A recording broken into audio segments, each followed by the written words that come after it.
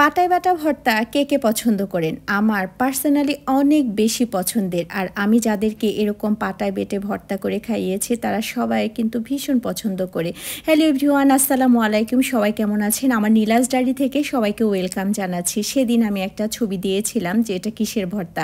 শুধু একজন আপু বলতে পেরেছিল যে এটা হচ্ছে পটলের খোসা ভর্তা, যদিও এখানে আমি চিংড়ি মাছ দিয়ে করেছিলাম। তো এখানে আমি যে পটলের খোসাটা নিয়েছিলাম সেটা কিন্তু খুব ভালোভাবে ধুয়ে আগেই আমি পরিষ্কার করে পানি ঝরিয়ে রেখেছিলাম। পটলের খোসাটা দেওয়ার পর আমি কিন্তু এখানে পরিমাণ মতো কাঁচামরিচ দিয়ে দিয়েছিলাম, আর রসুন কিন্তু আস্তই দিয়েছিলাম, পেঁয়াজ দিয়েছিলাম সম্ভবত এখানে 3-4টা। আর এখানে যে চিংড়ির শুটকিটা আছে এটা কিন্তু আমি গরম পানি দিয়ে আগে ভিজিয়ে রেখেছিলাম, কারণ এখানে প্রচুর পরিমাণে বালি থাকে। আর সেটা ভালোভাবে ওয়াশ করার জন্য কিন্তু কিছুক্ষণ ভিজিয়ে রেখে তারপর ঠান্ডা পানি দিয়ে যদি আপনারা ধুয়ে নেন তাহলে কিন্তু সেই পানিতে বালিটা একদম ক্লিয়ার হয়ে যাবে এবং চিংড়ি শুটকিতে কিন্তু কিচকিচা যে ভাব থাকে সেটা আর লাগবে না। আর এখানে আমি কিন্তু খুব অল্প পরিমাণে একটু পানি দিয়ে দিয়েছি, কারণ সব কিছু সিদ্ধ হতেও একটু কিন্তু পানি দরকার। এখানে পরিমাণ মতো আমি লবণ দিয়ে দিলাম, আর বাটার পরে যদি মনে হয় যে এখানে লবণ লাগবে তখন কিন্তু আমি লবণ অ্যাড করে নিতে পারবো। এখানে আমি খুব অল্প পরিমাণে হলুদ ইউজ করেছি, জাস্ট ভর্তাটা কালারটা যেন একটু চেঞ্জ হয়। সবুজের সাথে হলুদের যখন ভাত মাখানো হয় খেতে কিন্তু বেশ ভালোই লাগে এবং দেখতেও কিন্তু বেশ ভালো লাগে। আর এই যে এখানে যে আমি নাড়াচাড়া করছি, পানিটা একদম শুকিয়ে নিয়ে তারপর কিন্তু এটা আমি পাটায় বেটে নিব। আপনারা দেখেন এখানে কিন্তু এখনো পানি আছে, পুরো পানিটা শুকিয়ে তারপরই কিন্তু আমি পাটায় বেটে নিব। এখানে আমি সবগুলো উপকরণ পার্ট বাই পার্ট বেটে নিব, কারণ একটা হয়তো বা একটু বেশি বাটা লাগতে পারে, আরেকটা হয়তো বা একটু কম। কারণ হচ্ছে চিংড়ি মাছের যেহেতু এটা একটু কাটা আছে, এটা একটু পরিমাণে ভালোভাবে বাটতে হবে।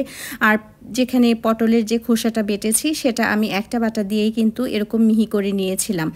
আর এই ভর্তাটা যখন আপনারা করবেন একটু সাবধানে করবেন, যেন চিংড়ি মাছের যে কাঁটাটা থাকে সেটা যেন হাতে না ফুটে যায়। আর আমি এর ফাঁকি দিয়ে কিন্তু কাঁচামরিচটাও বেটে নিয়েছি। এবং আর এখানে যে পেঁয়াজ আর রসুনটা ছিল সেটা কিন্তু আমি পুরোপুরি বাটি না, এটা আধাভাবে থ্যাতো করে নিয়েছি, যেন খেতে দাঁতের কামড়ে লাগলে যেন ভালো লাগে। ভাত দিয়ে খেতে ওভাবে কিন্তু বেশি মজা লাগে। আরেকটা কথা বলি, পাটায় ভর্তাটা যখন মাখাবেন অনেকে হয়তো বা সরিষার তেল ইউজ করবেন বা হচ্ছে এটা যার যার পছন্দ অনুযায়ী, কিন্তু আমি আলাদাভাবে সরিষার তেল দিয়ে এটা খেয়েছিলাম, আমার কাছে একদমই ভালো লাগেনি।